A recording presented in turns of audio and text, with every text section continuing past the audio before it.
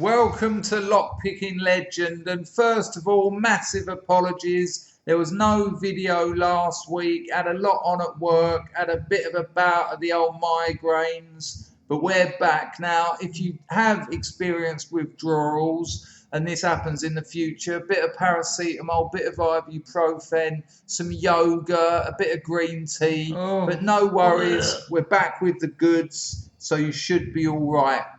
A little warning here. There's a little story before we get into the guts of this video. You know, a little tale of truth and sadness, which did, in fairness, turn around quite remarkably. So, you know, there is a denouement waiting at the end of that story.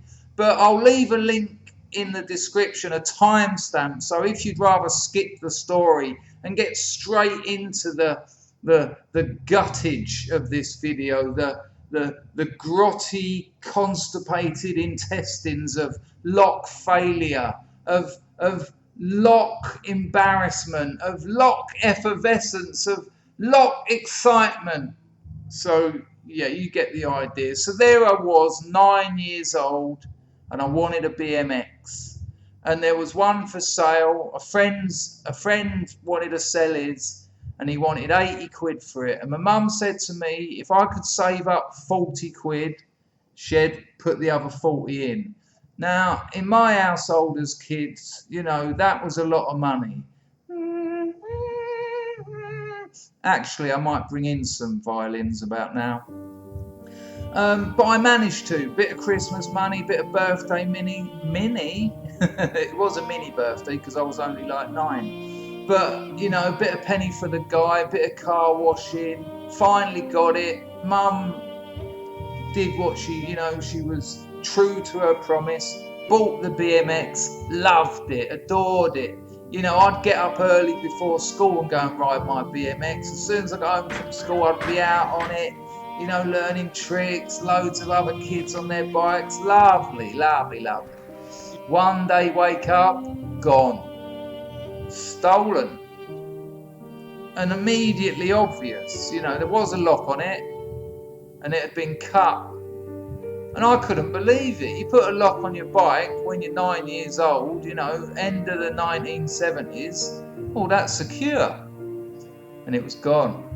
And I cried my tiny little eyes out. I was still crying at school. They had to take me into a special room.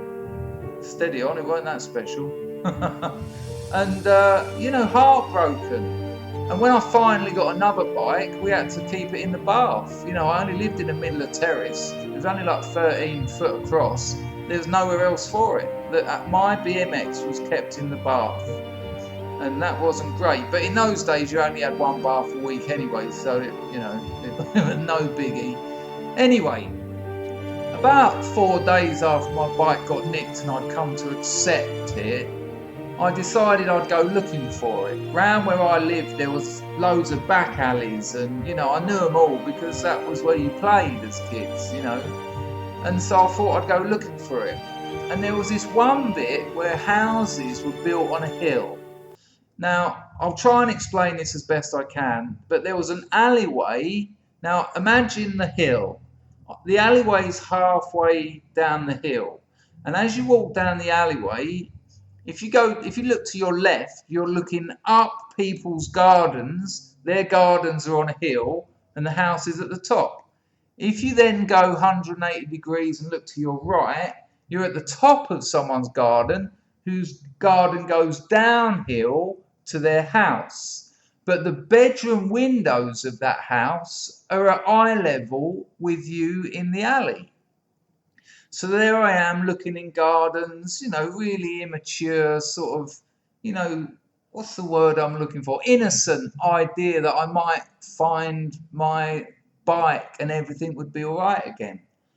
But instead of my bike, I saw a naked girl. Yeah, I did give a little pregnant pause there for you to to let you absorb that. And when you're 9 years old, a naked girl is quite the thing to come across, for lack of a better phrase. And so, of course, I immediately stopped, and everything else I was thinking about left my mind. And she had like a towel over her head, keeping her identity secret. But what she didn't know was I knew who it was, because I knew her brother. And I knew who this girl was, and she was about 4 years older than me, and an absolute soul. And then she just started dancing. No clothes on, weird towel on head. And I was like, well, all right, might as well sit down. as any healthy young male would, I'm sure. A couple of minutes later, would you believe it? The only other thing that could contribute to this thing and make it any better happened. Another naked girl. And I knew who that was because I knew this girl's best friend. And they started just putting on a show. Hands all over each other, sensuality, sweet sensual awakening of my 9-year-old libido that was, I was on the verge of a heart attack, I think, or a stroke at least, steady. And I remember it started raining lightly, and I thought, doesn't matter, I'm not moving. And they put on this show for about 3 hours, and it was 3 of the best hours of my life. Very occasionally, they'd sort of gesture for me to come to the house. Lord knows what I'd have done if I'd have got in, I'd have been terrified. But when they'd done that sort of come hither gesture, I'd sort of walk down, down the hill of the garden, and as I got about 5 meters from the house, they'd run away from the window, and I'd just go back to my viewing area, and they'd come back to the window and continue again. So although it was a very sad thing to, have my bike stolen, I did eventually get another one, and I did get quite the experience. So there is, every cloud does have a silver lining, quite the sensual silver lining, dare I say. But yeah, what are we here for? What's this channel about? Oh yeah, locks. Let's have a look at this bit of rubbish. And if it weren't for bits of rubbish like this, I'd have never got my bike nicked and never had a 3-hour lesbian show, which is a good, I don't know if it's a good or a bad thing. Let me know in the comments how you feel about all that. Let's have a look at this.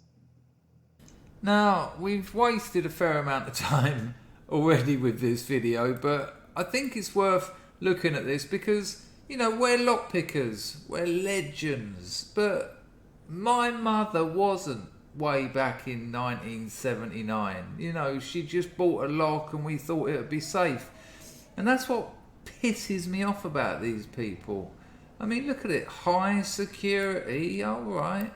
And it's just blurb. Look at this. About this item. Time limit. Our bicycle locks use the new special RS18 high-strength alloy material, which has triple cut resistance and increased durability. Just nonsense, just rubbish. And they've really gone into it. You get past all the advertising, and there's some pictures of some lovely people riding their bike with their great lock. Look, there's PVC outer layer, alloy steel lock core, corrosion resistant, wear resistant, durable, all this sort of stuff. Look at this, 5-digit password. It is harder to crack than 4-digit password. Oh, right. Just all this sort of nonsense, but people don't read this. This stuff sort of hits them as like one big thing. No one's going to put all this effort into something that's no good, surely.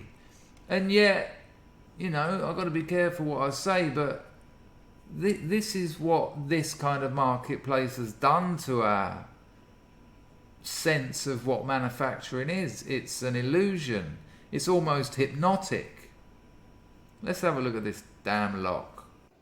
I mean, instantly looking at it, you know, you've got more chance of protecting your bike with this by the thieves thinking your bike isn't worth anything and that you've brought an absolutely jank lock to protect it with.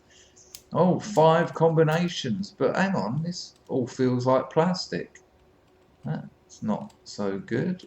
Okay, so yeah, rather than fiddle about, I thought I'd just chop it up. This is a hacksaw blade, put a little handle on it, and well, you know what a hacksaw blade is, you know what a handle is. Let's get the old timer out.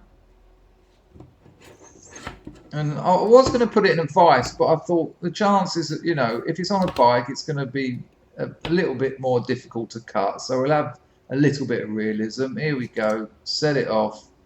And we're cutting. And we're cutting. Now, admittedly, if I had this mounted in a proper hacksaw handle, this is going to be a little bit easier. But nonetheless, you know, if you're a thief, you're probably not going to want to walk around with a hacksaw. You can have something like this stashed up your sleeve or something. I'm going to speed this up a bit now.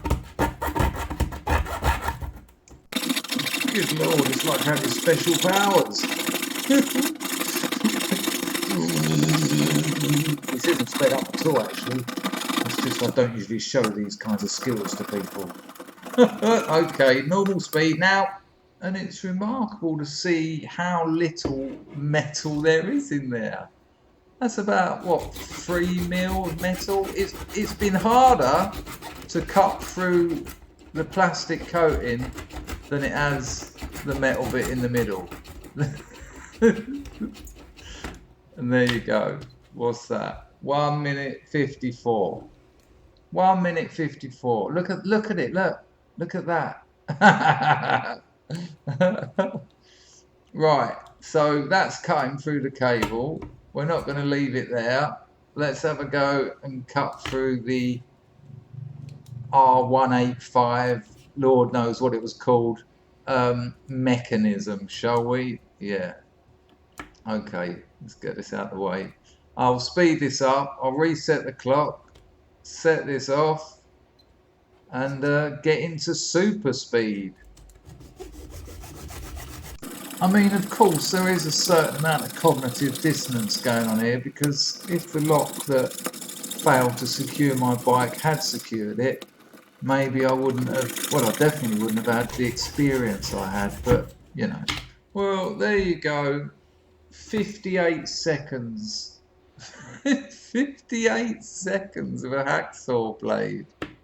Is that worth the plastic it was made out of?